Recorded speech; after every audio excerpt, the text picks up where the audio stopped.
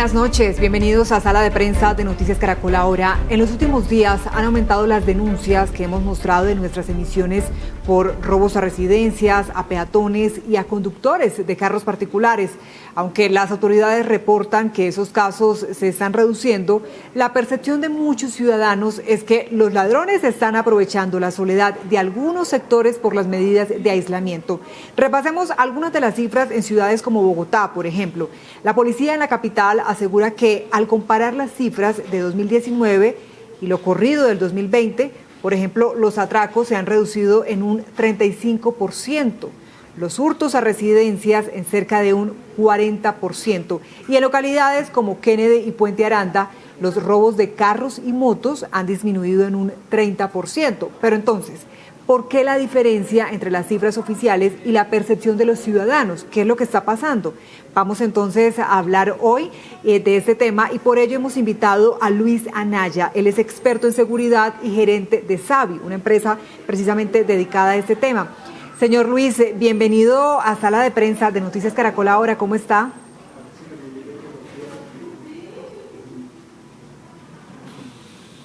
Buenas noches, muchas gracias por la información. Buenas noches, gracias por la invitación. Muy bien, ahí ya tenemos nuevamente contacto. Luis, ¿es entonces percepción o realidad lo que sienten los habitantes de ciudades como Bogotá, por ejemplo?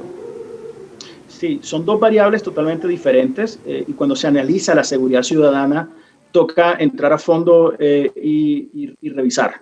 Hay una realidad y es que al haber menos tráfico de personas en las calles, al haber menos tráfico de personas en el mismo transporte público masivo, en el comercio, evidentemente puede pasar que las estadísticas estén bajando. Sin embargo, también los delincuentes están aprovechando esta situación para hurtar. Hay una variable que es importante y es que las denuncias no se están realizando. La gente se siente amenazada, la gente se siente preocupada, no se siente segura de ir a una URI. Por lo tanto, puede haber un subregistro de denuncias, que es lo que esté generando que la data o la información de los hurtos esté bajando en la ciudad. Cuando usted dice no se sienten seguros, es por estas condiciones en las que nos encontramos del riesgo de contraer COVID-19. Es lo que entiendo, ¿verdad? Claro, así es, así es. En las URIs, lo que vemos en las noticias, y es una realidad, es que sí, los calabozos de las URIs están congestionados, las cárceles también. La policía está ayudando y le está dando soporte al ciudadano. Sin embargo, a la hora de judicializar, estos procesos duran 8 horas, no están las condiciones adecuadas para los ciudadanos y es cuando el ciudadano que es víctima de un hurto desiste de denunciar, por ende puede haber un subregistro y por eso la tasa de hurtos puede estar bajando. Pero entendiendo lo que nos está contando, señor Luis, las cifras muestran una reducción, pero no tienen en cuenta que hay menos gente circulando en las calles, entonces no es tan real esta medición, ¿o sí? Es la medición que dan las estadísticas de hurto.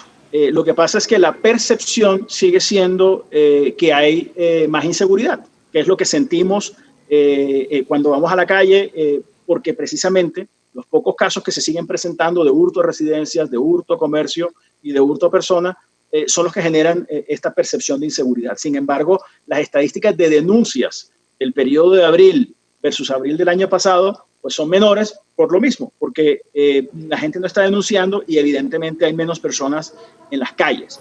Pero lo fundamental es que la percepción sí está aumentando y la gente se sigue sintiendo insegura a pesar de estas estadísticas.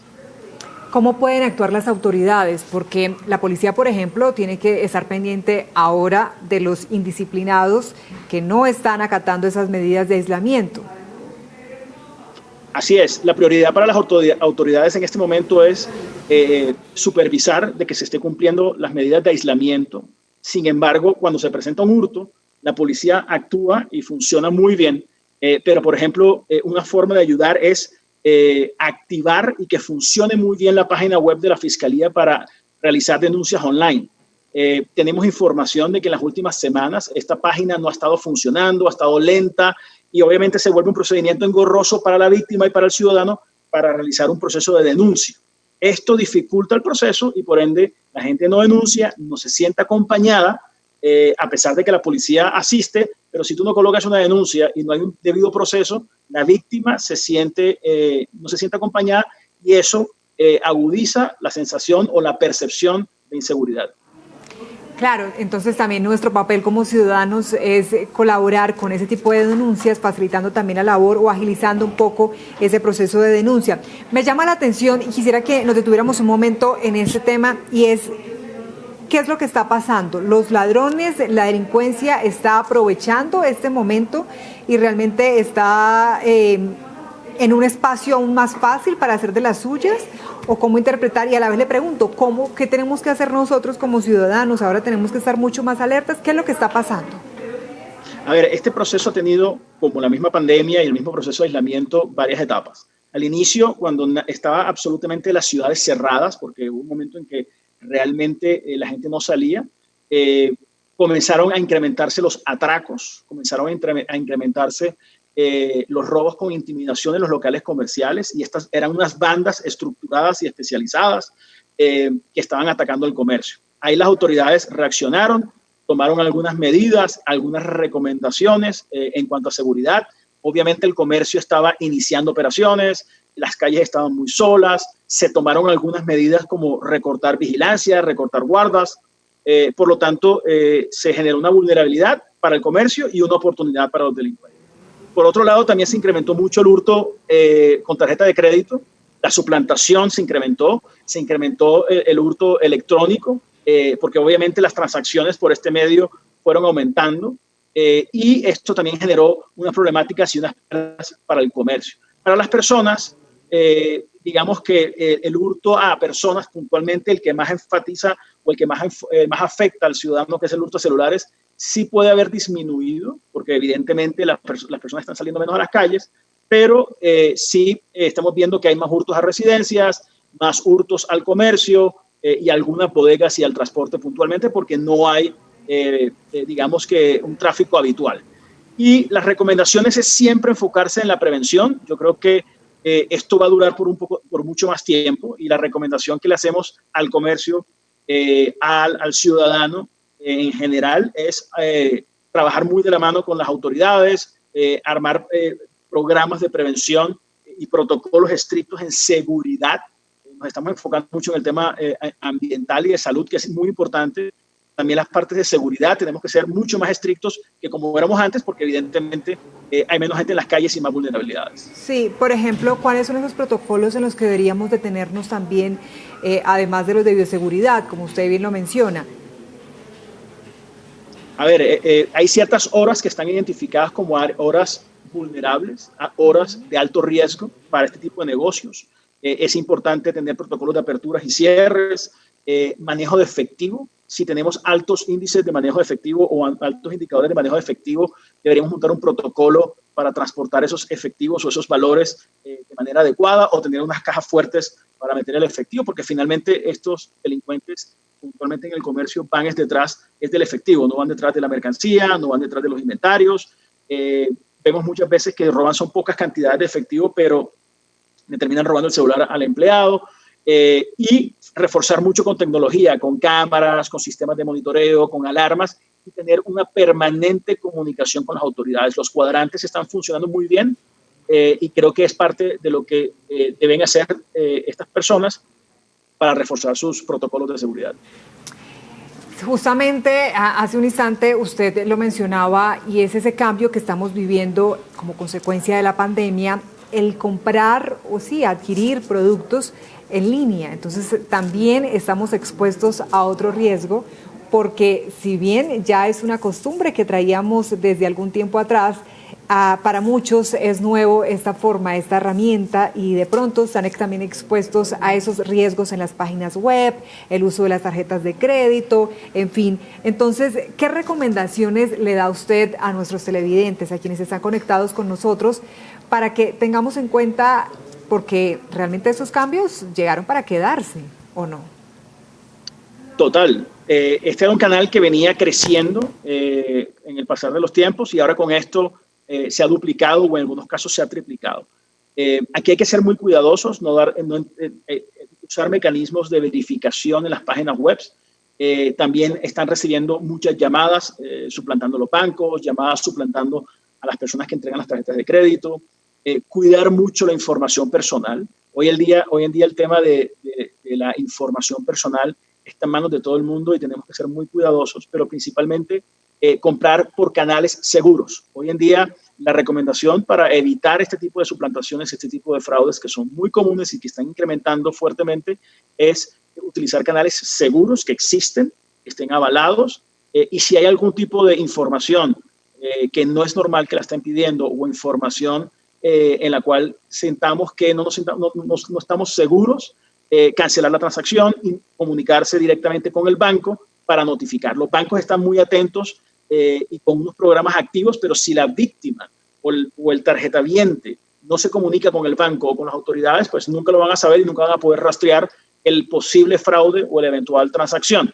Por lo tanto, hay que estar muy precavidos y, más que todo, confiarse de canales seguros. Justamente en medio del seguimiento que usted hace a estos temas desde su empresa, cuéntenos cómo está también ese panorama, el de los robos, el de los hurtos a través de páginas web, esos delitos informáticos.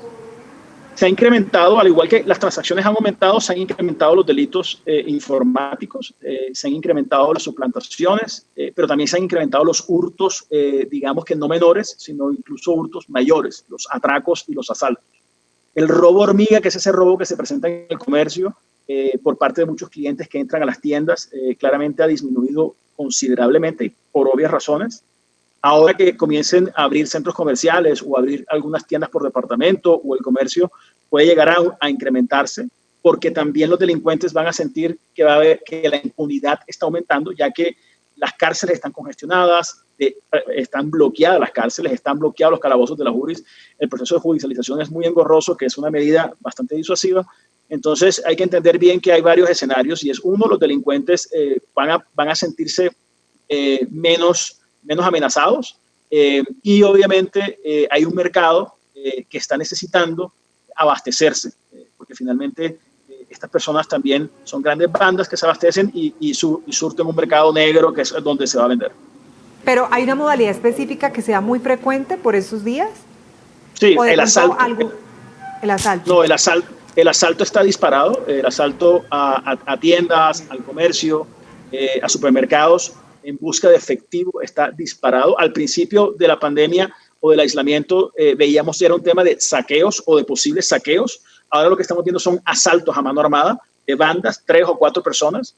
Y ahí es bien importante estar muy atentos a personas que estén rondando el local, personas que no sean clientes habituales o personas que tengan, digamos que comportamiento sospechoso, comunicarse de una vez al cuadrante o a las autoridades o al 123, no esperar a que ocurra el evento o esperar a que ya tengamos encima el incidente. Hay que actuar de manera muy precavida y mucha prevención.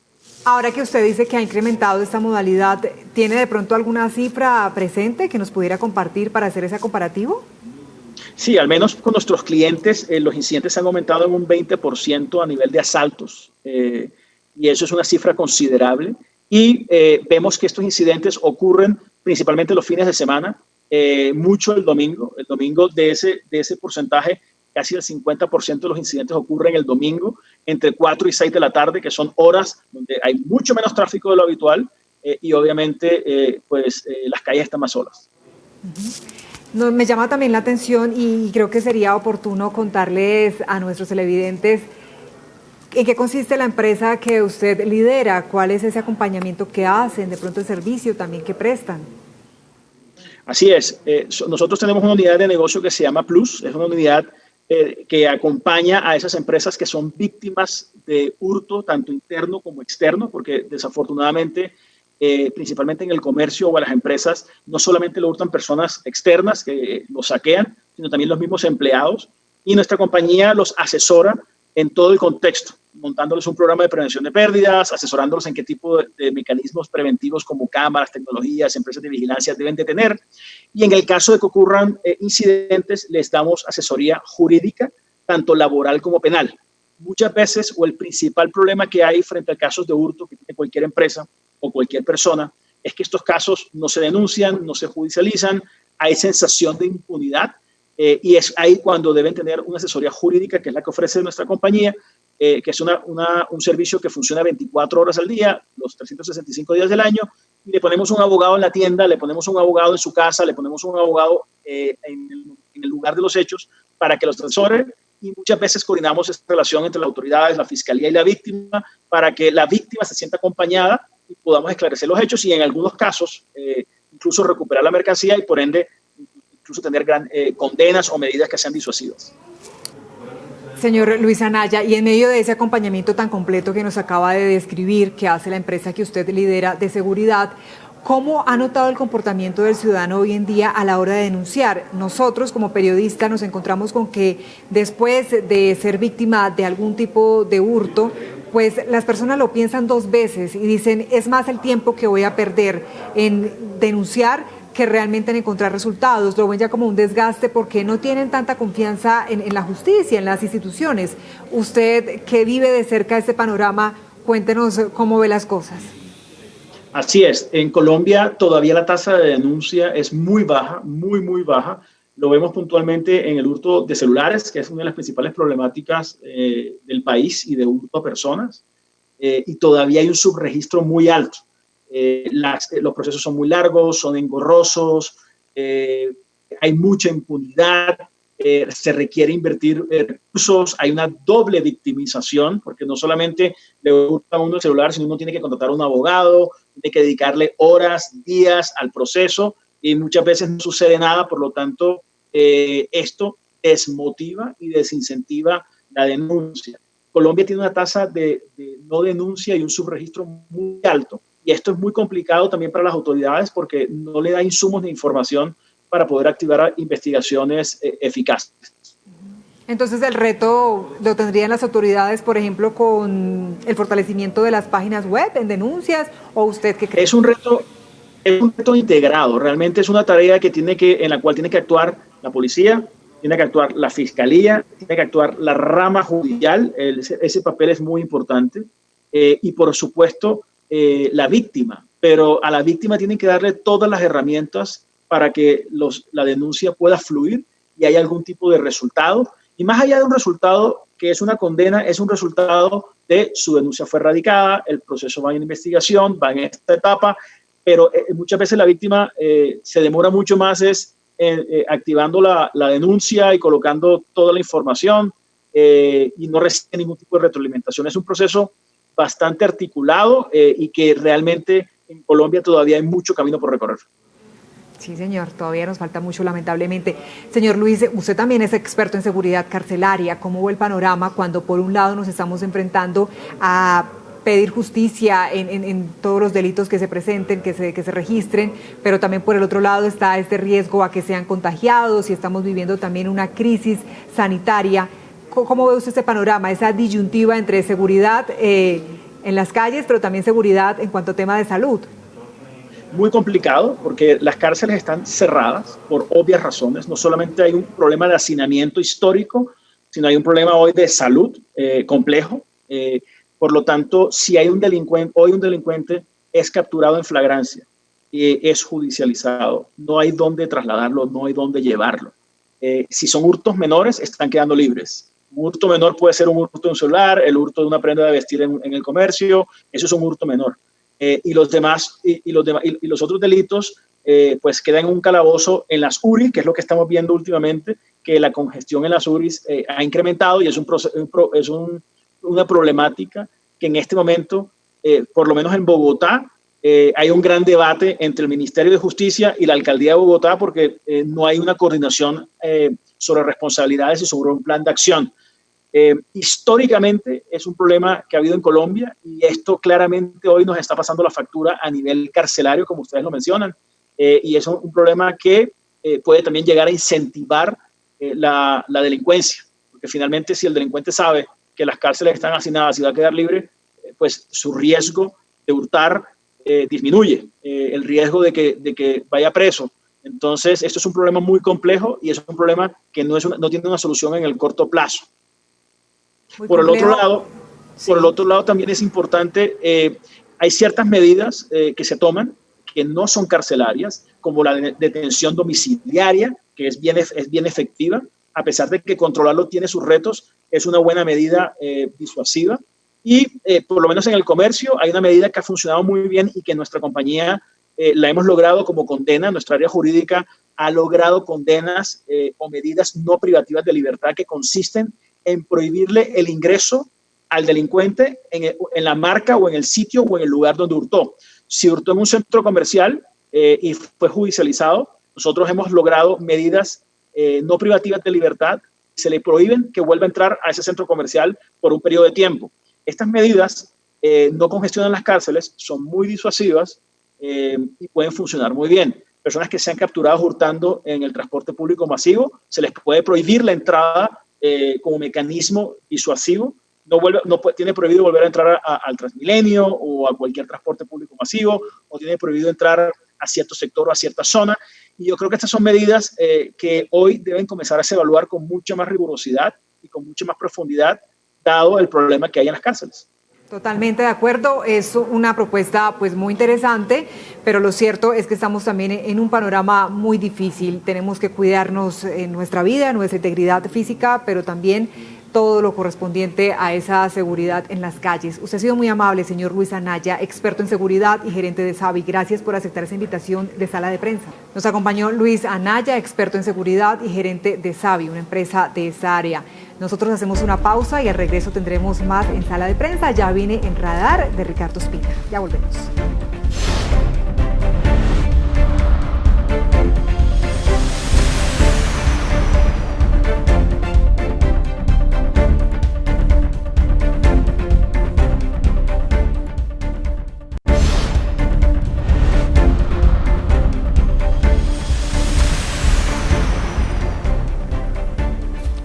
Gracias por continuar con nosotros. Recuerde que está conectado a Sala de Prensa de Noticias Caracol Ahora y es momento de ver qué ocurre en el radar con Ricardo Espina.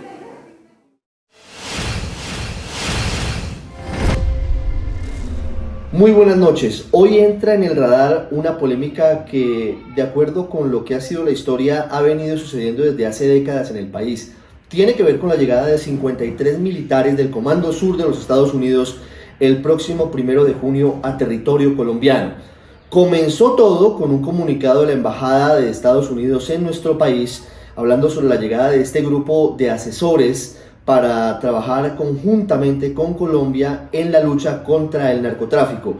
Pero rápidamente creció como una bola de nieve la polémica, porque de acuerdo con las leyes colombianas, cada vez que hay tránsito de tropas extranjeras o presencia de las mismas en el país, deben existir unas autorizaciones del Senado de la República y también de la Corte Constitucional y del Consejo de Estado. Todo esto nos recuerda casos como por ejemplo el de Juan Chaco en Ladrilleros, donde en 1993 un grupo de marines norteamericanos iban a construir una escuela y tuvo en serios aprietos al entonces presidente César Gaviria.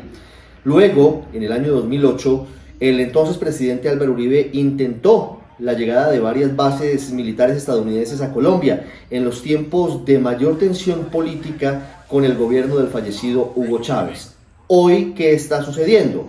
Son 53 integrantes del Comando Sur de la Brigada de Misiones Tácticas Especiales, un grupo nuevo, que llegará al país a 4 regiones particularmente azotadas por el flagelo del narcotráfico y que van a hacer, de acuerdo con lo que han dicho el ministro de Defensa Carlos Holmes Trujillo y el general Luis Fernando Navarro, comandante de las fuerzas militares, solamente tareas de instrucción a los altos mandos de las fuerzas de tarea conjunta, Hércules, Omega, Vulcano y también la Brigada contra el Narcotráfico, para unir esfuerzos y mejorar la lucha contra el tráfico de drogas. Colombia está alcanzando un pico cercano a las 200.000 hectáreas de hoja de coca cultivadas y el trabajo conjunto lo que busca precisamente es que comience a disminuir muy rápidamente esa cantidad, sobre todo en momentos en los que todavía no hay un fallo de la Corte Constitucional que dé vía libre, o al menos no hay todavía una reglamentación desde el Consejo de Política Criminal para el uso del glifosato para la aspersión de esos cultivos ilegales. Pero el telón de fondo es que el momento es muy complicado para este anuncio de la llegada de estos hombres que, según dice, las fuerzas militares estarán 4 meses en Colombia, pero dice Estados Unidos que no sabe cuánto tiempo van a estar. Adicionalmente a eso, hay varios sectores políticos en el Congreso de Colombia que señalan que podría ser considerado por el régimen de Nicolás Maduro como una provocación o un intento de sacarlo del poder y por eso podría causar serias tensiones adicionales a las que ya tenemos con el Palacio de Miraflores. Es lo que ocurre entonces en el radar con Ricardo Ospina. Gracias. Nosotros llegamos al final, pero pueden seguir conectados para conocer qué pasa en Signo Pesos. Los acompañamos, nos esperamos mañana de nuevo y recuerde que para conocer qué ocurre en Colombia y el mundo puede conectarse con nosotros. Somos Noticias Caracol Ahora. Buenas noches.